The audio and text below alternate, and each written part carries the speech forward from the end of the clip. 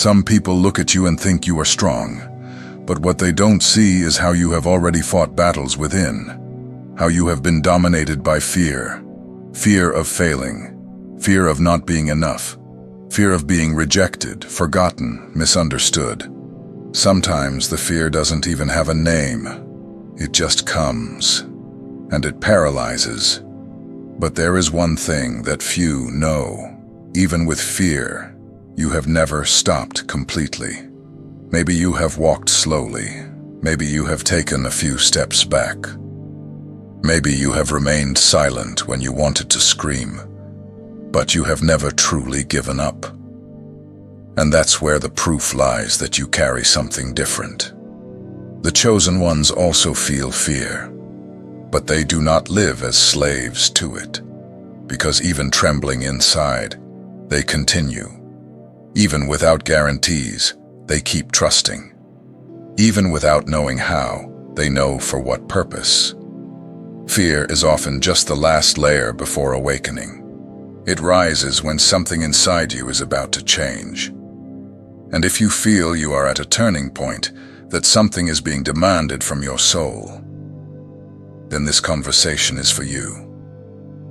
Today we are not going to talk about courage as the absence of fear. We will talk about courage as the decision to move forward, even while feeling. Because that is what the chosen ones do. They feel everything, but still they choose to walk with God. Before we continue, I want to ask you something. If this message has started to touch deep places in your heart, subscribe to the channel now. This is for those who carry truth, feel differently, and know that life with God requires more than strength. It requires faith in the dark. There is a fear that you were not born with. It was planted. Back then, when you were still a child, a lot of things were said to you. You can't. You won't be able to. That's dangerous. That's not for you. And you listened because you trusted, because you thought adults knew everything. The fear entered through the door of innocence and settled in, disguised as care, as advice, as reality. The problem is that many people never questioned these fears. They just accepted them and built an entire life trying to avoid what scared them. Fear became a guide, became a limit, became a companion, and gradually it became a prison. But you are not just anyone. And that is why fear began to bother you so much. Because your soul knows it was not made to live surrounded. You feel that there is something greater waiting, something that lies beyond this invisible dome. However, to reach that, you first need to see. The fear you feel is often not even yours. It comes from the pains you inherited from your family, from the traumas that were never addressed, from the stories that were told to you as if they were absolute truths. Don't speak too much. Don't show yourself. Don't trust. Don't try. All of this created a programming, as if you had to live with brakes on, as if the simple act of existing were too dangerous. But God does not call the chosen to live hidden. He calls to set free. And liberation begins when you face fear head-on and ask, is this real? Or is it just something I learned to fear? Most fears dissolve when you stop running away and start observing. Because fear is a master at feeding off what is hidden. It grows in the dark. It grows in silence. It grows when you avoid it. But when you confront it, when you name it, when you say aloud, I am afraid of this, something begins to move within you. Courage does not come in screaming. It enters when you decide to stop hiding. You don't need to destroy fear. You just need to take away its power.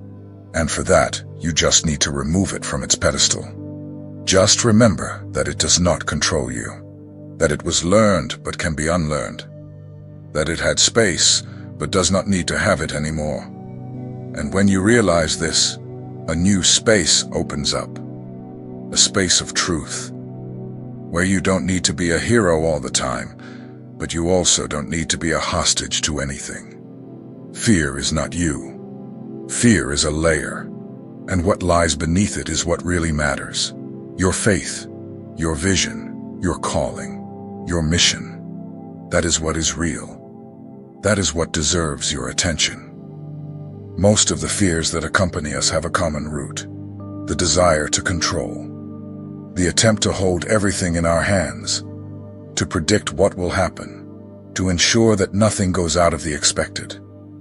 It's as if, unconsciously, we are trying to command life like someone driving a car on a dangerous road, always with both eyes open, hands firmly on the wheel, and heart racing.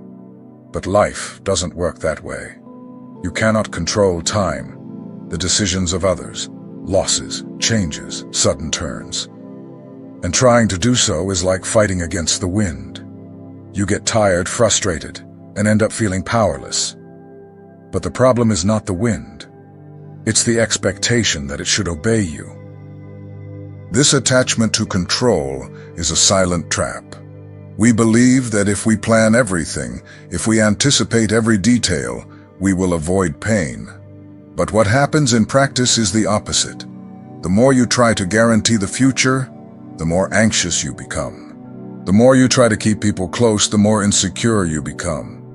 And the more you demand certainties from life, the more fear feeds on your need to have everything under control. The fear of death is often the fear of losing what we believe we have mastered. The fear of loneliness comes from the idea that we can keep someone by our side through sheer willpower. The fear of failure arises from the illusion that life needs to follow an exact script to succeed. But the chosen ones, sooner or later, are taught to let go. Letting go is not giving up. It's not being passive. Letting go is understanding that there is a much greater intelligence than ours taking care of the processes. It's accepting that there are things we won't understand right now, and that even so, they are aligning as they should. When you let go of control, you do not lose power. You transfer it from fear to faith, from anxiety to trust, from ego to spirit. That's where true strength appears. The soul that trusts does not need guarantees. It walks even in the unknown because it knows there is direction where the human eye cannot yet see. It feels when it should stop, when it should go, when it should wait. And all this comes from within, not from outside. Letting go of control is taking a step without knowing the exact ground, but with the certainty that you won't fall. God does not ask that you understand everything. He asks that you trust, that you surrender, that you accept that some doors will close and others will open when the time is right. That you know not everything needs to make sense today, but everything is serving your growth. And from the moment you allow yourself to live with more ease, fear begins to weaken, because it no longer has anything to cling to. It loses strength when you stop feeding the illusion of control. Chosen ones do not control life, they collaborate with it.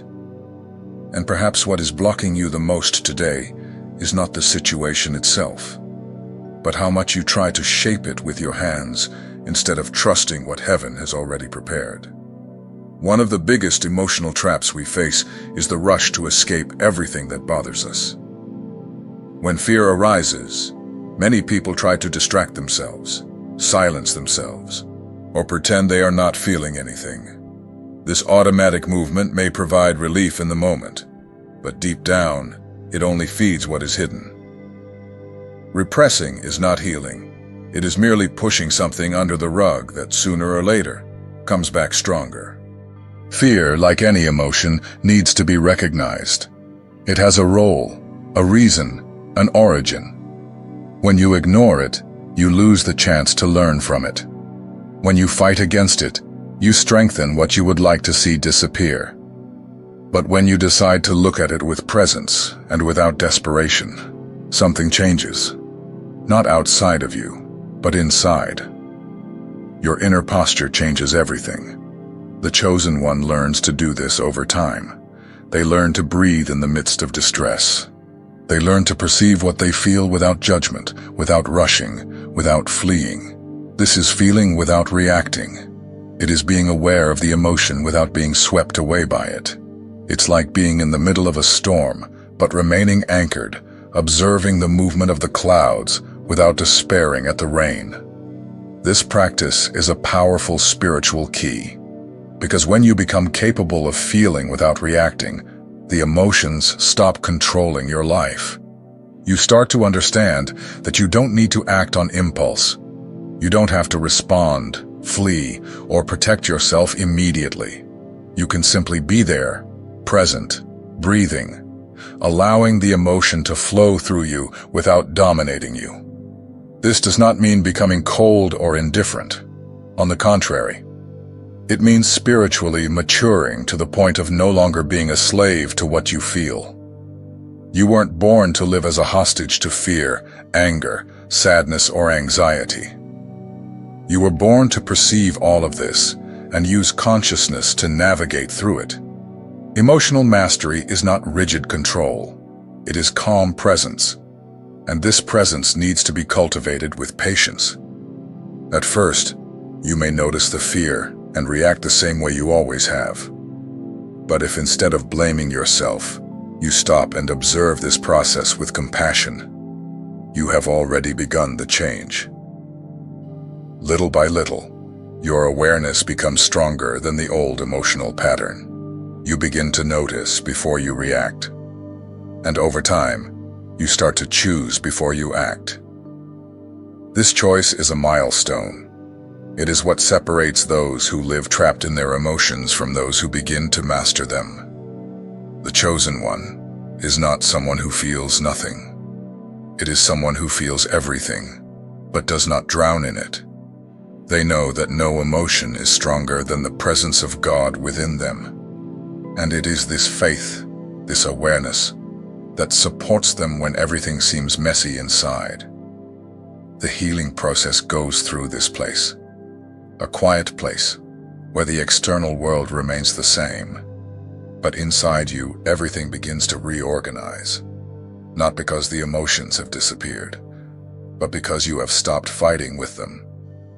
You have begun to listen, and those who listen understand, and those who understand transform.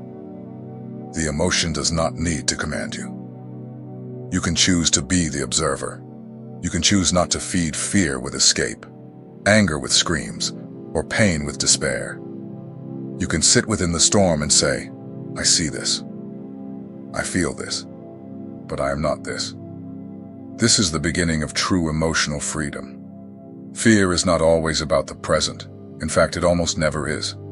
Often it guards a wound that was left open back in the past, at some moment in your history that still hurts. A poorly spoken word, an absence that left a mark. Abandonment, rejection, loss. Things that you may not even clearly remember, but that left signs in your body, in your mind, in your soul. Fear functions as a kind of watchman. It is not there just to scare you. It is trying to protect you from feeling that pain again. So whenever something seems to get close to that memory, fear rises. And without realizing it, you start to avoid situations, people, and paths that could help you grow simply because they resemble something that has already hurt you. But the chosen ones were not sent to earth to flee from pain. They came to cross through, to transform, to heal. Not only themselves, but also what came before them. Each pain that you carry holds, within itself, a chance for healing. Not just for you, but for your lineage. Because when a chosen one decides to face their own shadows, they clear the entire field.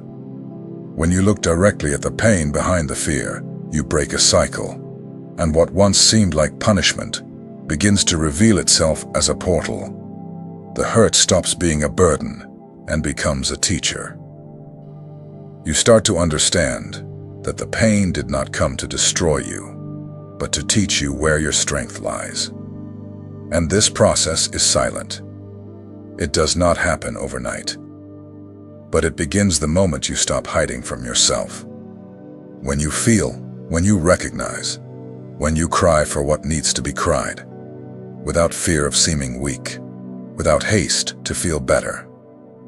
True power lies there, in the courage to touch what hurts and remain whole nonetheless. Each time you heal a part of yourself, something reorganizes around you. You become lighter, more aware, more present, and without realizing it, you begin to heal those who are near. Your voice changes, your gaze changes, your presence starts to carry peace. The pain that once paralyzed you now serves as a bridge for others to find their way too. You are not what hurt you. You are what you decide to do with that pain. If you are brave enough to cross through, you will discover that fear was only trying to protect you, but that now you no longer need to hide. There are moments when someone says or does something, and without realizing it, you feel hit. It may be a criticism, a look, a silence, or even an attitude that wasn't even directed at you. But it stirs something. It touches a place that hurts. Sometimes the pain comes in the form of anger. Other times, it comes as insecurity, comparison, rejection. When this happens, it's a sign. Something within you is asking to be seen. The behavior of others is not only about others. Often it acts as a mirror. And this mirror shows what is still unresolved within us. It's not meant to blame you, it's meant to awaken you. Because what bothers you in others almost always reveals what still needs to be healed in you. The chosen one understands this over time. They learn to observe their own reaction before pointing the finger. They learn to ask, why does this affect me so much? What is behind my pain right now? And with these questions, awareness grows. You stop being controlled by the actions of others and begin to take responsibility for your own healing. This shift is liberating because you stop waiting for the world to change to feel good. You stop fighting for others to validate you, to treat you as you would like, or to act as you expect. Instead, you start to strengthen yourself from within. You come to understand that when something hurts, the invitation is not to run away. It is to take care of the wound that already existed. Transforming your perspective is an act of power. When you understand that each of your reactions is a clue about where you need to work, everything changes. You become the protagonist of your own growth. And without imposing anything, without forcing anyone, your energy begins to transform environments, relationships, and even the cycles that we're repeating. The world outside of you will always be a mirror of what is within. And when you decide to do this internal cleaning, with love and truth, life responds. Because everything that is healed in silence manifests as visible peace. For a long time, we learn to take care of others. We give ourselves, listen, embrace, and strive to be support, to be present. But we are almost never taught that we need to do the same for ourselves. And the most curious thing is that the more sensitive and spiritual you are, the more you tend to forget about yourself. As if your value lies solely in how much you can offer to the world.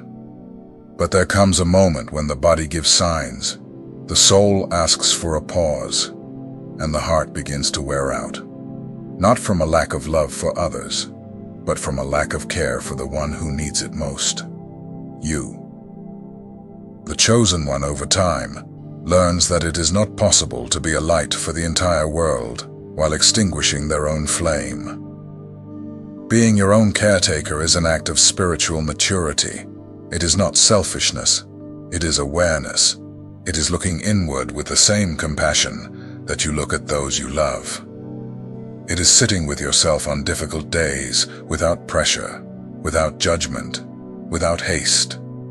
It is knowing how to respect your own time, recognizing your own limits, and saying, "Today I need myself."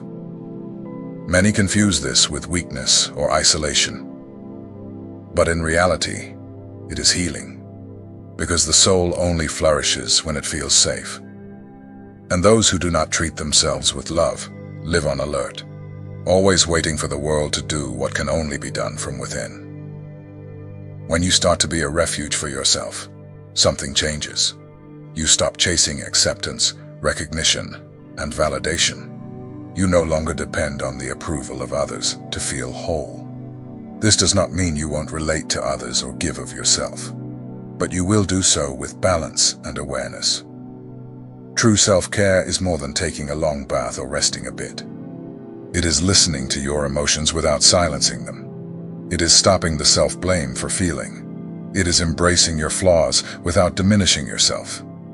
It is understanding that being strong also means knowing when to stop. This revolution begins quietly, but transforms everything around you. Because when you treat yourself with love, you elevate your frequency. And this new vibration no longer attracts what hurts, what drains, what wounds. It begins to pave the way for what nourishes, what builds, what respects. Being your own care is the beginning of a new phase, a time when you no longer abandon yourself for anyone, a time when you become the safe place you have always sought in others. And when this happens, you stop surviving and begin to live authentically. Many people spend their entire lives waiting for the ideal moment to feel at peace. They wait for the right job, the right relationship, the right answer, the recognition that never came. And in the meantime, they keep postponing their own peace, as if it were a prize to be earned when everything around them is calm. But those who are chosen learn over time that this waiting leads nowhere. Because life will always have its ups and downs. There will always be something unresolved, something out of place, something that could be different. If your peace depends on the circumstances, you will always be a hostage to something or someone. True peace does not come from outside. It is born in the silence of the soul. When you learn to be present, even amidst chaos. When you choose to breathe deeply and remember who you are, even when everything screams the opposite. When you stop seeking security in fleeting things and begin to trust in the strength that sustains you from within. This does not mean that you will not feel sadness, anger, or fear. It means that these emotions will no longer throw you off center. You can feel without losing yourself. You can face challenges without breaking inside. Because there is a place within you that remains intact. And it is in that place that your true strength resides.